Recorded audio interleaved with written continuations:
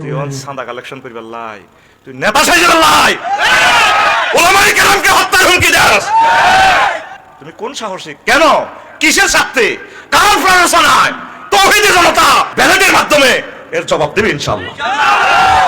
শতানে মাহফিল বন্ধ করতে সংবাদ সম্মেলন করিয়া যাবৎ কুমিল্লা লাকসামের রফিকুল্লাহ আফসারী ভাইরাল একজন বক্তা, তিনি দেশনেত্রী বেগম খালেদা জিয়া যেদিন মারা গেছিলেন ওই দিন একটা ভিডিও বার্তা দিয়েছিলেন লাইভে। তাকে নিয়ে অনেক সমালোচনা চলতেছে। লাকসাম মনোহরগঞ্জের কুমিল্লার অনেক লোকজন আছে, তাকে নিয়ে ফেসবুকে হুমকি ধুমকি দিতেছে, স্ট্যাটাস দিতেছে। গতকালকে তার গাড়িটাও ভাঙা হয়েছিল। কিন্তু আমার কথা হচ্ছে যে তিনি যে বক্তব্য দিচ্ছেন, আপনি কি পুরো বক্তব্য শুনছেন?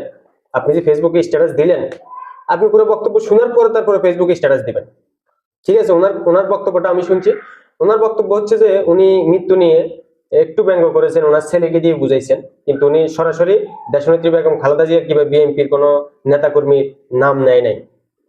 কিন্তু এটাই হয়তো আপনাদের বিএনপি যারা সাপোর্ট করে, বিএনপির নেতা কর্মীরা আছেন, তাদের থেকে হয়তো একটু খারাপ লাগছে। তো আপনিও খারাপের বদল খারাপ, আপনিও ব্যঙ্গ করে ভিডিও তাকে দিতে পারেন, কিন্তু আপনি সরাসরি তাকে হুমকি দেওয়া কিংবা আপনি তার গাড়ি ভাঙচুর করা, ভাই গাড়ি ভাঙচুর করছেন তো এটা দেশের সম্পদ নষ্ট হয়েছে, দেশের অর্থনীতি নষ্ট হয়েছে, দেশের সম্পদ নষ্ট হয়েছে। আপনারা রাজনীতি করতেছেন, ক্ষমতায় আসবেন দেশের উন্নতি করতে, কিন্তু আসার আগেই তো আপনারা দেশের ক্ষতি করতেছেন। আসলে আমাদের মধ্যে যাই ঝামেলা সৃষ্টি না করে একজনকে বুঝাইলে ভালো হয়। আপনি যদি, উনি আপনাকে গালি দিয়েছে, আপনি যদি ওনার গালির পরিবর্তে আবারও গালি দেন, তাহলে তো ওনার মতো আপনি হয়ে গেলেন, আপনি ওনার থেকে ভালো হইলেন না। অবশ্যই আপনি ওনাকে বুঝাইতে হবে, হুমকি দামকি না দিয়ে, গাড়ি ভাঙচুর না করে, বয়কট না করে তাকে বুঝান। আপনার যদি মনে হয় সে ভুল করছে তাহলে তাকে বুঝান, কিন্তু তার সাথে এইভাবে গাড়ি ভাঙচুর করা কিংবা আপনি তার সাথে তার হুমকি ধুমকি দেওয়া, বয়কট করা, তাকে হত্যার হুমকি দেওয়া, এগুলো আসলে ঠিক না। তিনি যে বক্তব্য দিচ্ছেন, তিনি এরকম কোনো বক্তব্য দেয় নাই যে আপনি তাকে হত্যার হুমকি দিবেন। তিনি এরকম কোনো বক্তব্য দেয় নাই আপনি তার গাড়ি ভাঙচুর করে ফেলবেন।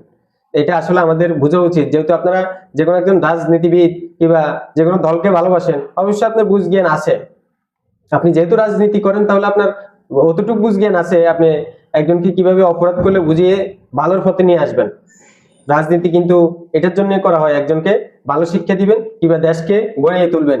কিন্তু এটার মানে এই না যে কাউকে আপনি ক্ষমতা আছে বলে হত্যা করে ফেলবেন, ক্ষমতা আছে বলে গাড়ি ভাঙচুর করে ফেলবেন। এটা আসলে মানবিকভাবে তো এটা করা যায় না। আর আপনি রাজনৈতিক নেতা হিসেবেও এটা আপনার থেকে কোনো জনগণ আশা করে না।